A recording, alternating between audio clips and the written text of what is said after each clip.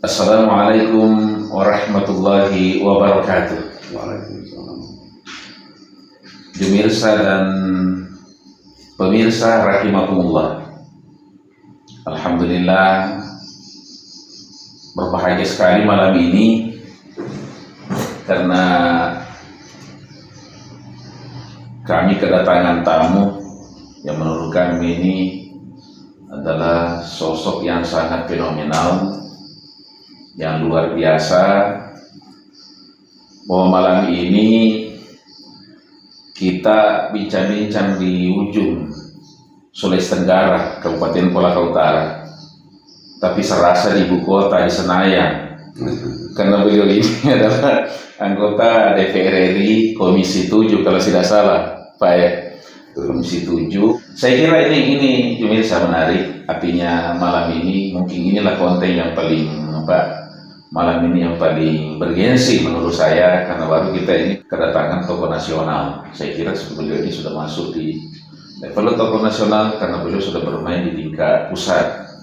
Ya, semoga saja kehadirannya malam ini membuka cakrawala berpikir kita, sehingga kita kemudian berharap bahwa insya Allah ya Kabupaten Kolaka Utara, Sulawesi Tenggara di masa yang akan datang, karena sudah ada orang-orang kita di pusat itu, bisa lebih maju lagi. Assalamualaikum warahmatullahi wabarakatuh. Waalaikumsalam warahmatullahi wabarakatuh.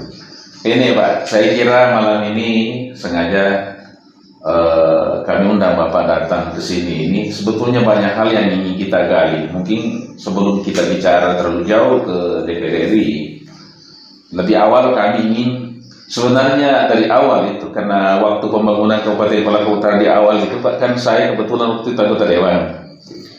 Artinya ada satu hal yang sangat sampai saat ini belum saya temukan jawabannya. Saya mencoba mencari jawabannya, agak sulit. Mungkin memang perlu jawaban dari Bapak sendiri.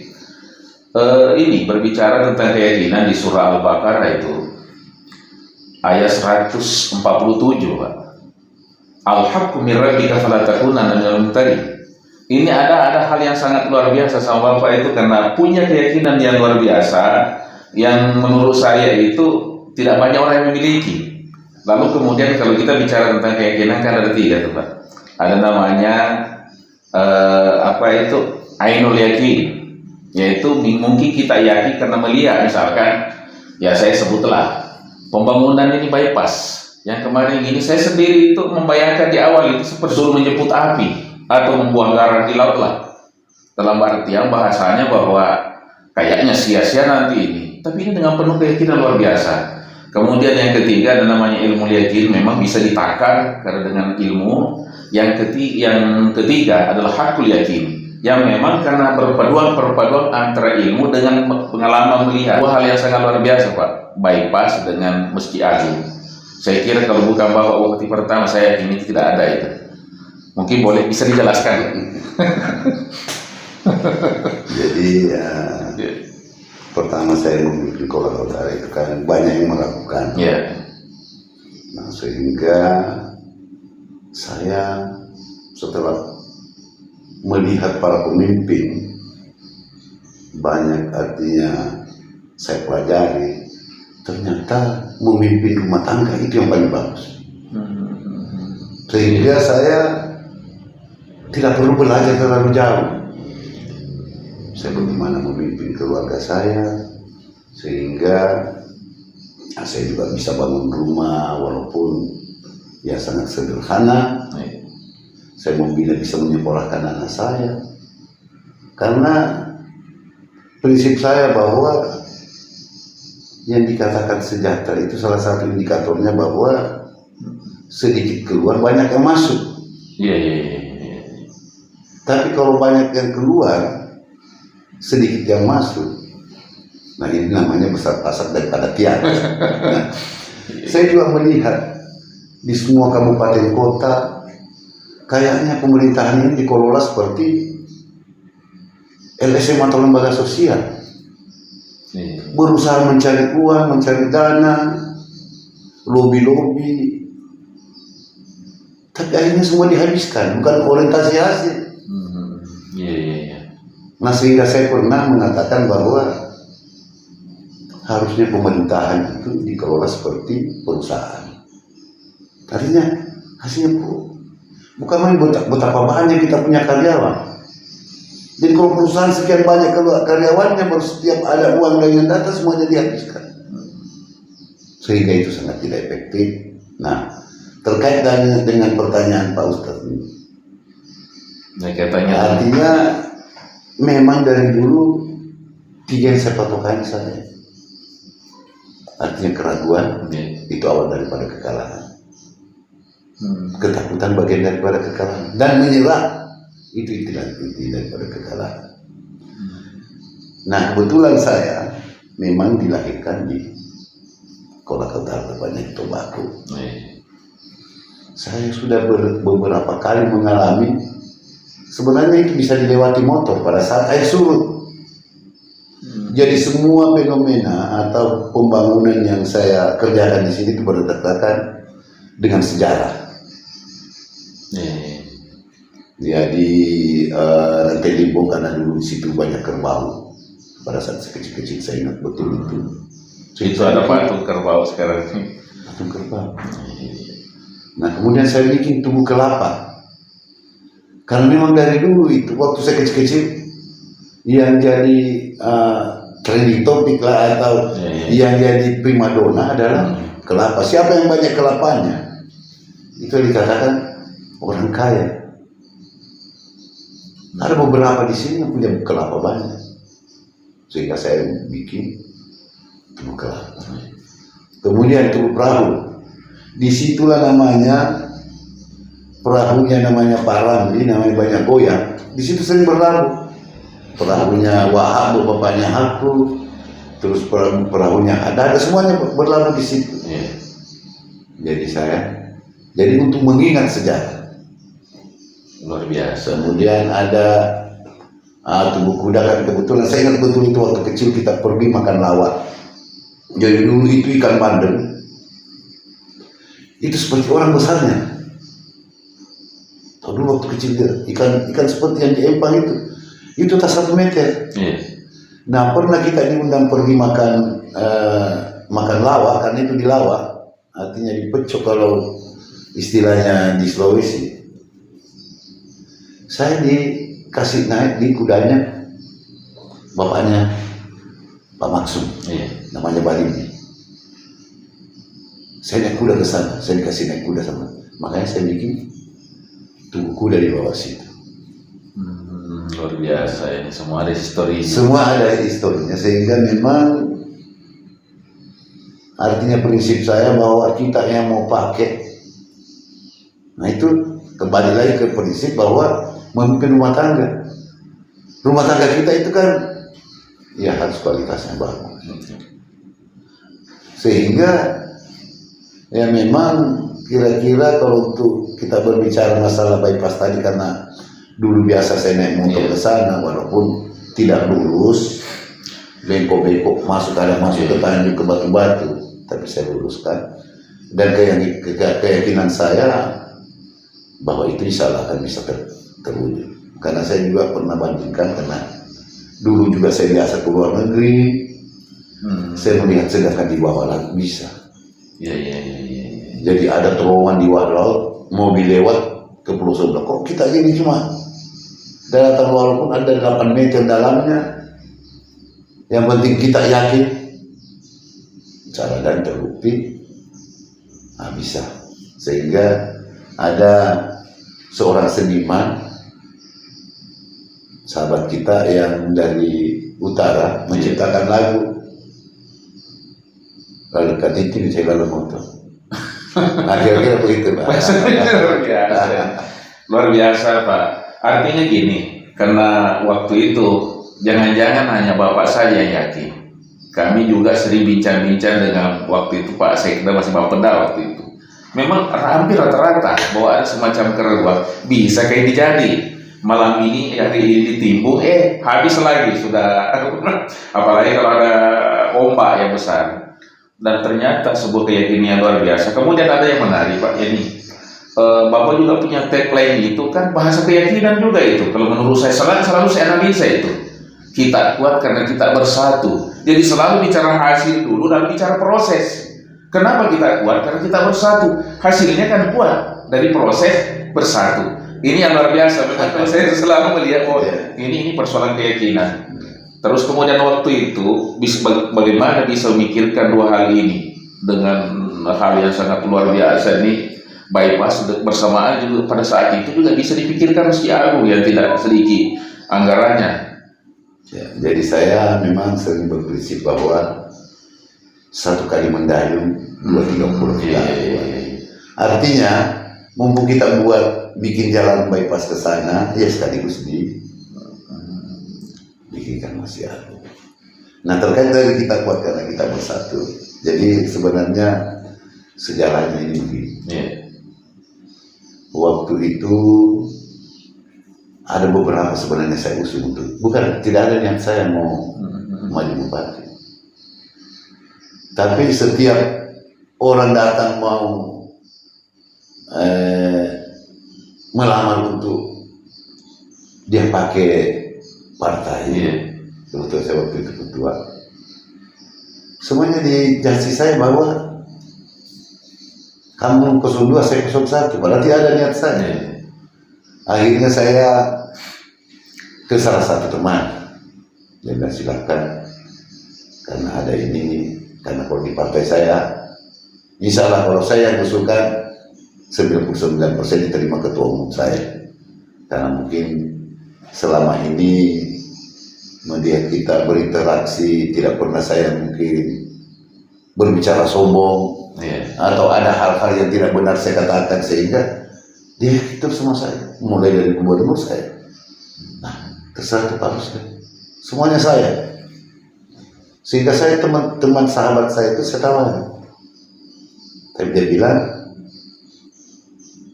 berikan saya waktu 1 minggu. Setelah minggu saya datangi lagi, dia bilang mungkin cari yang lain karena saya lebih fokus dulu ke karir saya. Kira-kira begitu. Sehingga pada suatu ketika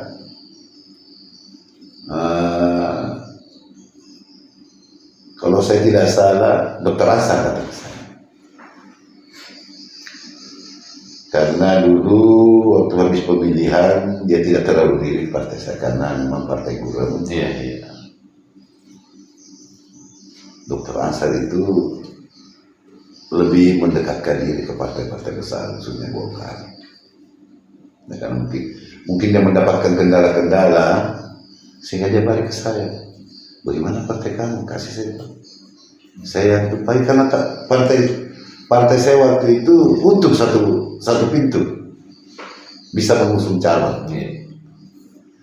Dia katakan lagi ke saya kecewa kalau kau kasih orang. Tapi kalau kami yang pakai saya tidak kecewa. Nah, mungkin ada yang perlu saya tidak usah sebut di sini. Mungkin ada tanda-tanda yang saya lihat sehingga saya yakin, saya sampaikan istri, dan saya di Kolaka, rumah saya di Kolaka, bahwa saya mau ke Kolaka Utara, saya mau maju bupati. Dan istri saya itu memang selama saya kan tidak pernah protes-protes kalau ada keinginan saya. Sekalipun salah yang saya lakukan itu protes-protes. Dan seingat saya tidak pernah bertengkar. Tidak pernah saya marahin dia karena tidak tahu apa yang saya marah sama dia. Jadi dia bilang ini bawah. Jadi termasuk yang pertama, malah orang tua saya yang ketiga. Saya sampai di sini langsung saya ke rumahnya Abah. Saya katakan saya mau maju. Dia bilang kamu gak ada yang mau kamu kan betul. Ya artinya namanya ada, walaupun 5 rupiah atau 10 rupiah kan ada. Baru saya ke orang tua. Ya itu kira-kira sedikit sejarah singkat sehingga bisa terpilih seorang jadi bupati 2 periode. Ada yang menarik Pak. Terus waktu itu yang saya dengar, tapi kan saya tidak melihat secara langsung, cuma ini yang sering bahwa Bapak waktu itu mengkampanyekan diri itu justru yang dicerita itu kekurangannya. itu hal yang menarik. Biasanya kan orang sembunyikan kekurangannya, bahkan dia dimunculkan itu kebaikan-kebaikannya Iya. pada waktu kampanye pertama itu. Tapi sebetulnya tanpa disadari justru itu yang membuat orang itu tertarik. Karena ini kan jarang orang mencerita kekurangannya, yang banyak kan orang itu kebaikannya dicerita, kekurangannya tutup. Gimana ceritanya itu, Pak? Jadi saya memang orangnya sedikit sportif. Iya. Jadi saya kalau mau melakukan pembicaraan yang sifatnya tidak benar kayaknya agak bergetar saya punya dan agak takut saya. Sehingga semua saya ceritakan bahwa saya pernah begini, saya ini. Dan saya pikir walaupun saya tidak katakan orang tahu. Karena saya kan lahir di sini dan banyak berinteraksi di sini. Kenakalan saya banyak orang lihat di sini. Sehingga saya bilang tuh apa gunanya kita sembunyi, malah kita bisa berdosa dan malah kita dihujat orang. Karena kira-kira. Nah, saya kembali ke kita kuat karena kita bersatu tadi. Jadi sejarahnya itu saya lupa. Tasman kemenakan saya datang. Waktu saya sudah mendaftar ceritanya. Jadi saya buka pendaftaran. Jadi ada satu yang mendaftar, namanya Nasura, orang dari utara. Kemudian yang kedua saya. Setelah itu dia jalan, dia mendapatkan stikernya Dr. Hasan. Dia kata, oh sudah ada stikernya Dr. Hasan, tagline itu bersatu kita kuat, bercerai kita runtuh. Saya bilang itu kan tagline kita semua itu. Tagline-nya para pejuang kita. Pejuang kita, ya. Secara nasional. Jadi saya ceritakanlah bahwa saya lah orangnya paling alergi kalau yang namanya copy paste. Copy paste, ya. Budaya ikut-ikutan. Saya termasuk cerita bahwa buta pun anak kita, tuli pun anak kita, pincang pun anak kita. Itulah anak kita. Kita harus akui bahwa itulah anak kita. Nah pertanyaannya Tasman, saya bilang, kamu rela kan? Suka kan? Kalau gak ada kau punya anak tapi tetangga bantu bikin. Nah itu saya kasih analogi. Jadi saya, kita kan jelek-jelek, ada lagunya Iwan Fals, jelek-jelek produksi sendiri. Nah itu yang saya, makanya kemarin itu saya suruh berinovasi anak-anak terserah. Nah, kira-kira itu sehingga saya buat tagline yang seperti kita katakan, kita kuat karena kita bersatu. Kalau bersatu kita kuat, berpercaya runtuh, itu baru kata himbauan. Betul. Baru kita menghimbau bahwa mari kita bersatu. Nah sesuai dengan apalagi tujuan Indonesia dimerdekakan, namanya juga persatuan dan kesejahteraan. Makanya saya katakan bahwa untuk mencapai ini, dari seluruh diskusi saya dengar dan ada sedikit juga buku-buku saya baca, nah cuma itu intinya. Kalau pemerintahan konsisten, kenapa negara Indonesia ini tidak bisa maju-maju? Karena inkonsistensi pemerintah. Kalau sebenarnya konsistensi pemerintahnya, sumber daya alam kita sangat luar biasa. Semuanya ada. Apa faktanya? Emas kita ada. Malah berlian, pernah viral itu namanya batu akik. Ya betul lagi, itu sehingga Ada emasnya kita di Papua Bombangan. Dibandingkan dari Singapura apa yang ada? Bahkan saya sering mengatakan bahwa Indonesia diciptakan dalam keadaan Tuhan tersenyum. Karena begitu melimpahnya sumber daya. Sehingga ya memang itu perlu dibenahi. Dari kita sendiri. Nah, makanya saya sering kalau 2 tahun sekali itu sosialisasi tempat kita tentang kehidupan berbangsa dan bernegara. Saya kemarin ngajak teman-teman, khususnya anak-anak muda, karena itulah pemegang tongkat stafet kita. Muda adalah, kalau demokrat itu muda adalah kekuatan. Nah, itulah sehingga ya saya sering artinya mengundang anak-anak muda bukan orang tua. Jadi mohon maaf Pak Ustadz, saya anggap Pak Ustadz sudah tua, jadi saya tidak pernah undang. Dan terbukti saya sering kalau diundang untuk mensponsori yang namanya pemain bola. Kalau untuk sudah tua saya, tapi kalau anak-anak malu. Karena kalau orang tua itu prestasinya sudah, walaupun dilatih dia apa semua. Ya kira-kira.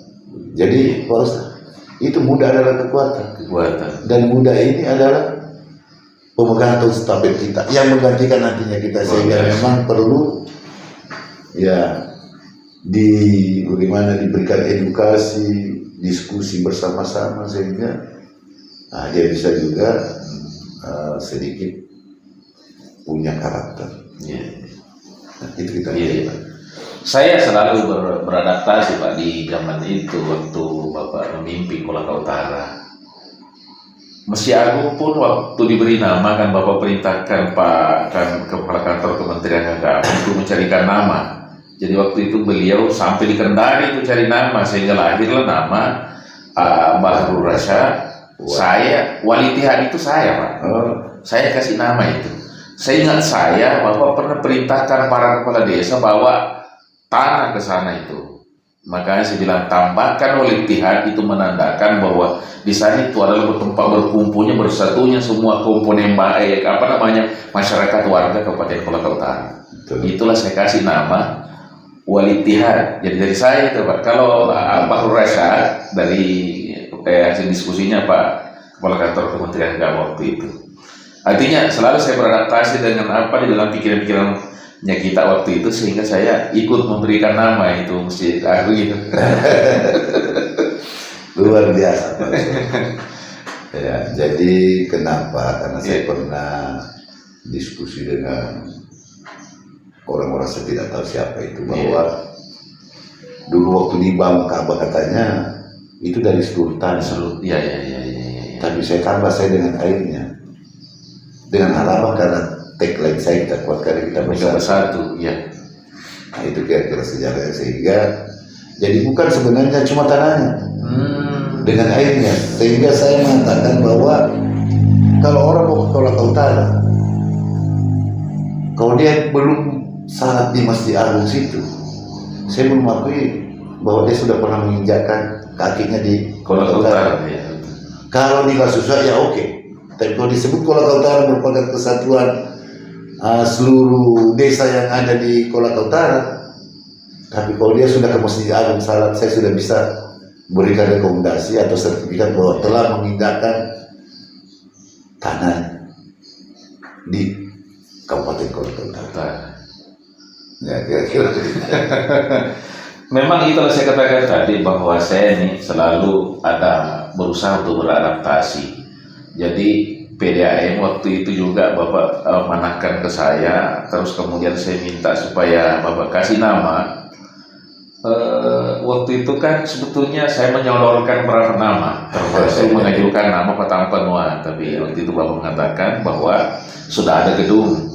Saya ngomong lagi Swawindu, ternyata sudah punya nama Swawindu.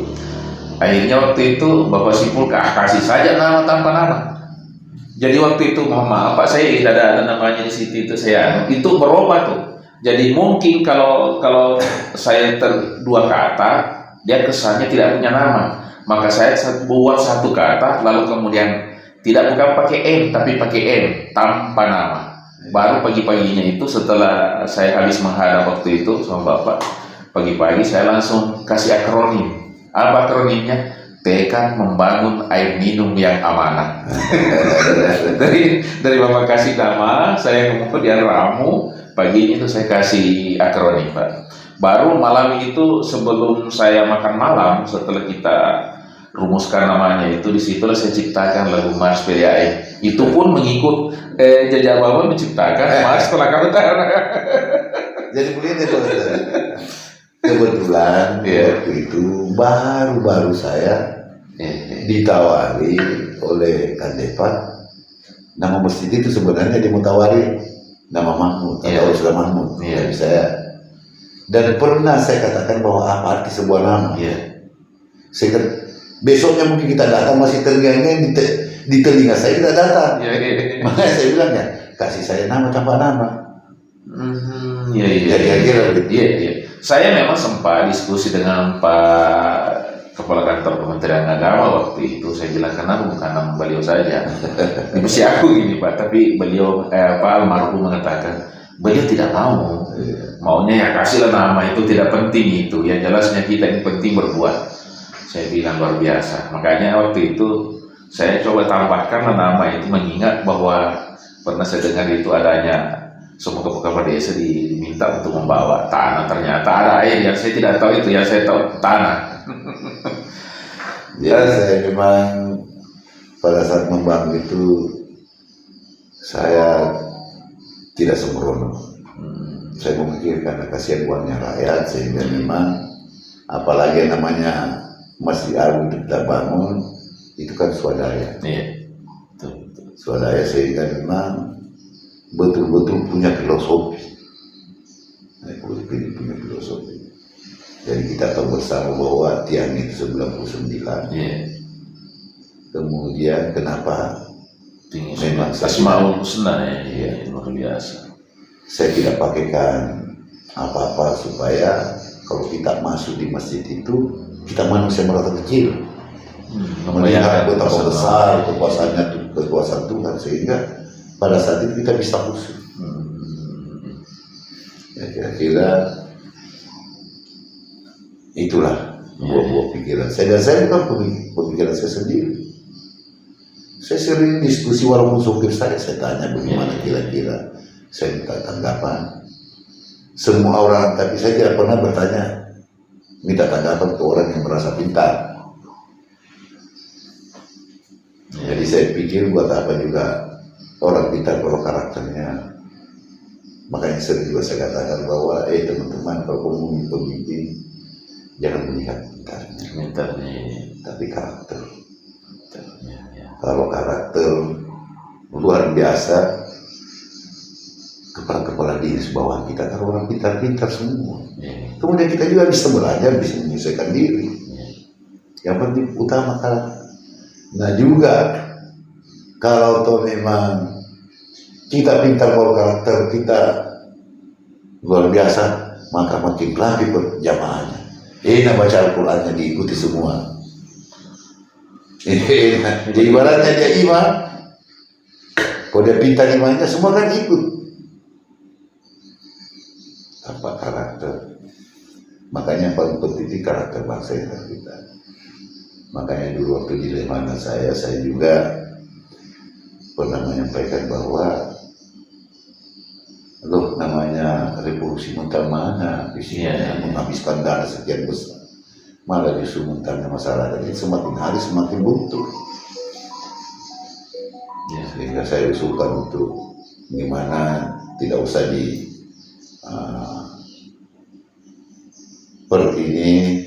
perlebar atau penambahan anggaran dan seterusnya, karena saya pikir yang perlu itu kalau menurut asumsi berpikir saya ada revolusi sistem. Revolusi sistem.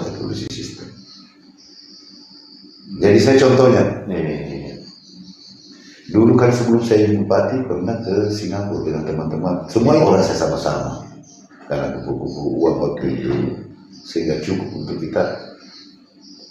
Jadi sebelum kita berangkat, kita punya guide itu yang kita bawa. Sekarang ini kita sudah mau berangkat. Di negaranya orang di sana tidak boleh membuang sampah sembarangan. Tidak bisa merokok di tempat sembarangan. Ini perokok berat semua. Wah, saya sudah mulai ragu karena teman-teman saya ini nakal. Siapa tahu ini duit pas-pasan. Malah justru karena ada rumahnya teman didatangi di sana, ya gratis. Gimana kalau didenda? Saya sudah mulai ragu. Tapi ternyata setelah kita ke sana, teman-teman semua disiplin karena sistemnya di sana. Sistemnya di sana tidak boleh sembarangan buat sampah. Kalau di Indonesia, ya undang-undangnya malah dibikin sampai menghabiskan anggaran sekian, tapi tidak pernah ya mau dilanggar mau diapa enggak. Jadi artinya efek jerahnya kan. Jadi konsistensi terhadap aturan yang dibuat tidak ditegakkan. Ada memang anekdot dari luar itu mengatakan bahwa Indonesia itu katanya aturan itu dibuat untuk dilanggar. Saya dulu pernah itu. Jadi saya ingat betul waktu kecil-kecil saya di sini heboh. Heboh. Jadi pada saat itu kan masih kurang motor. Dan kita masih jalan di laut naik motor. Pada itu mau lebaran. Kebetulan baru waktu itu baru juga 17. Pak pasang bendera-bendera kecil semua di motor. Rombongan. Pas atas sini keliling kita. Ditangkap kita polisi. Pagi-pagi dipanggil ke kantor camat. Dan ada beberapa orang. Ini katanya ini sudah ada pembicara dan Ramin. Ini bendera tidak bisa dibawa sembarang. Harus ada itu SOP-nya. Saya juga jawab bahwa saya pikir sama dengan Katinting, karena itu di Katinting kan dipasang bendera merah putih dia kena asap. Hitam sudah jadi perhatikan. Nah ini kita motor ini. Nah, dia bilang Pak Mustari, ini katanya rusuh ini cuma tahu jawab tidak tanggung jawab. Ini negara kita aturan, punya aturan. Jadi waktu udah Ramin bertanya Pak Romli kalau saya tidak salah, aturan itu untuk apa? Ada yang menjawab. Saya bilang aturan itu Pak itu untuk dilanggar. Bah, marah. Kemarin papinya, ini maaf itu. Mari kita diskusi. Ya buat apa itu aturan dibuat kalau bukan untuk dilanggar, sama dengan analoginya. Tapi itu pendapat saya. Sama dengan analoginya kita bikin pancing, kita bikin umpan, buang ke bawah. Ya kalau ikannya cerdas, dia tidak makan, dia tidak kena. Nah, pertanyaan saya, untuk apa itu pancing dibikin? Ya untuk menangkap ikan. Ikan itu melanggar, jadi untuk dilanggar. Aneh, kira-kira. Dan saya sampai sekarang juga masih bertahan terhadap argumen karena memang negara kita kan negara demokrasi. Ya itulah pendapat saya. Kamu pendapat lain kamu silakan. Saya mau buat perahu saya ya untuk saya pakai ke siwa, mau buat sepijat. Nah, ada lagi nih Pak, yang menarik ini tanggung jawab Bapak sebagai seorang pemimpin yang sering bahkan dalam pertemuan bahkan di depannya dulu ya waktu jadi bupati di depannya Kapolda mengatakan, saya biasa mengatakan bahwa biarlah saya di penjara demi untuk kepentingan orang banyak. Ini tanggung jawabnya sangat luar biasa Pak. Bagaimana bisa seperti itu? Jadi saya biasa sampaikan pernah ada Kapolda. Saya bilang Pak, saya lah paling berani melanggar aturan. Tapi selama itu kepentingan masyarakat banyak, dan tidak ada solusi nyawa di dalamnya. Makanya dulu waktu saya jam 12 ditahan semua karena waktu itu kan ekspor sudah tertutup. Begitu. Nah ada tim dari provinsi, tim gabungan untuk menyetop semua kapal. Saya suruh berangkat. Saya akan berangkat. Karena kasihan masyarakat masih ada sambutannya, masih ada masyarakat saya belum dibayar dan sudah mau kacau waktu itu. Saya suruh berangkat. Lama Pak Gubernur. Nah itulah sebenarnya rangkaiannya bahwa kita ini pemimpinnya harus bertanggung jawab. Karena aturan ini kadang juga tidak sesuai dengan aspirasi masyarakat. Tidak sesuai harapan. Ya mungkin tergantung dari pesanan, khususnya para pengusaha untuk mempermudah dia punya usaha. Kira-kira begitu. Saya duga begitu, sehingga banyak undang-undang yang bertentangan dengan kepentingan masyarakat. Nah, sehingga ya kalau itu terjadi, kan namanya pemimpin itu, bupati itu punya, selama itu kita tidak disogok-sogok. Makanya saya bilang silakan berangkat, tapi jangan sekali-sekali kasih saya uang. Karena kalau saya dikasih uang, nah itulah yang bisa dikatakan. Nah, sampai saya dipanggil di Kejaksaan Agung, bahwa itu merupakan tanggung jawab saya, karena salah satu juga tanggung jawab pemimpin itu dalam undang-undang dasar pembukaan bahwa melindungi segenap bangsa Indonesia. Nah, kapan ini masyarakat saya bisa bacok-bacokan? Kalau terjadi ditangkapannya uangnya tidak ada, akhirnya terjadi tagih menagih. Karena pengalaman saya, uang 1.000 saya biasa orang gara-gara uang 1.000, uang 2.000, apalagi ini uang miliaran. Nah, bisa saja kira-kira begitu. Jadi sehingga saya katakan bahwa kepala dinas pun juga saya bertanggung jawab, silakan melanggar aturan selama itu kepentingan masyarakat. Nah, contohnya ya mungkin kalau ada dana harusnya melalui proses, tapi ada perwala sudah orang mau meninggal, silakan keluarkan kasih. Selama itu kau kasih 1 juta dikasih kembali 2.500, kau ambil juga itu. Luar biasa. Jumirsa dan pemirsa rahimakumullah, ini bincang-bincang kita ini sangat bermakna. Sebetulnya banyak hal yang kita petik di dalamnya, luar biasa. Dari semua perbincangan-perbincangan ini saya menarik satu kesimpulan, Pak, bahwa beliau ini pemirsa memang berjalan di atas keyakinan. Ini yang luar biasa. Saya teringat gini, saya ini mau balik tapi bahasa tentang keyakinan itu memang itu sangat tidak semua orang misalkan mengucapkan sesuatu kemudian bisa meyakini full, itu bisa berbuat sudah keyakinannya. Saya teringat ada dulu di selatan sana tuh ada orang tua, dia kalau dapat ular hitam itu dia tangkap, dililitkan di tangannya. Terus kalau mau ambil madu, dia usir pakai telunjuk itu tawon sehingga terbang, diambilnya madunya. Saya bertanya, apa yang kita baca bisa tangkap ular? Jawabannya wal akhiratu khairul laka minal ula.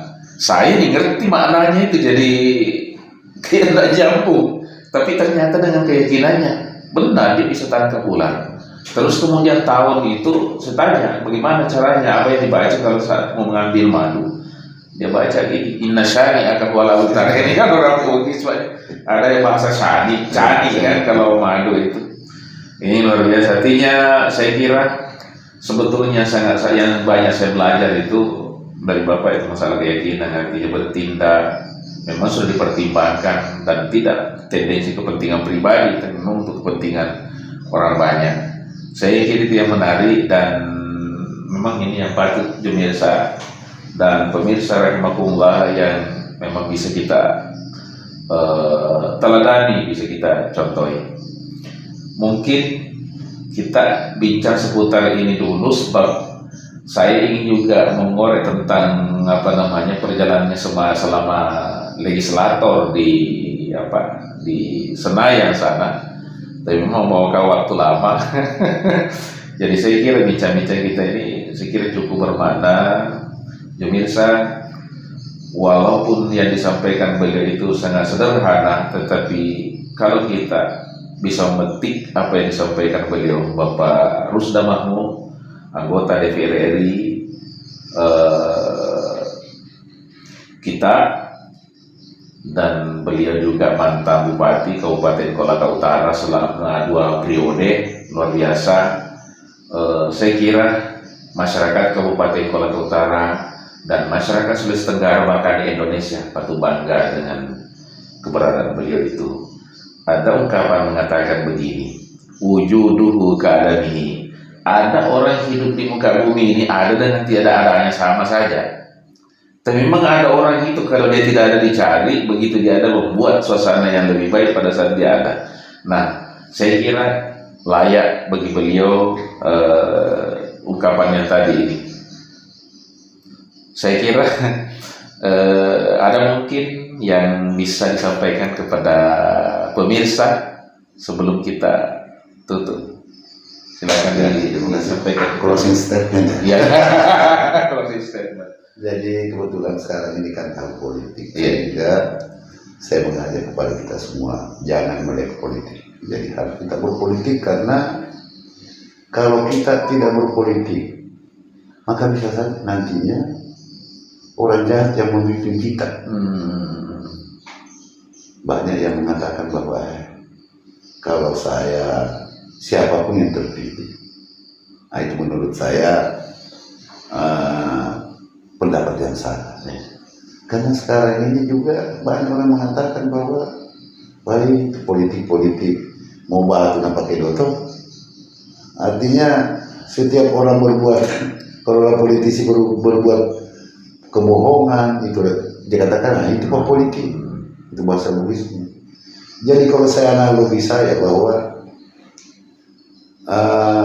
sebuah pesantren, ada anak satu yang membohong, jadi di justice semua bahwa itu pesantren pembohong. Jadi mungkin juga ada 1-2 orang politisi membohong, tapi di justice semua bahwa itu politik itu jahat, keji. Kalau saya, menurut saya politik itu sangat luar biasa. Sehingga saya sedikit terakhir, kita kuat karena kita bersatu. Terima kasih. Kita kuat karena kita bersatu. Pemirsa, ternyata tagline ini tetap dipertahankan beliau, dan memang itulah beliau.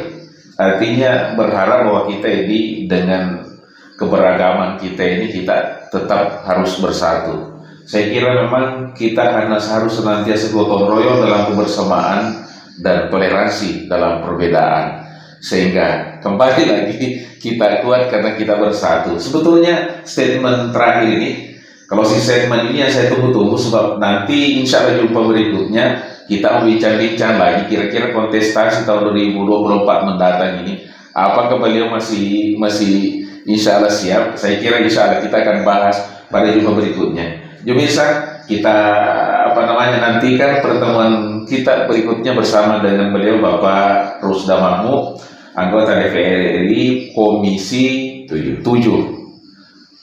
Demikian, wabillahi taufiq wal hidayah. Wassalamualaikum warahmatullahi wabarakatuh. Waalaikumsalam.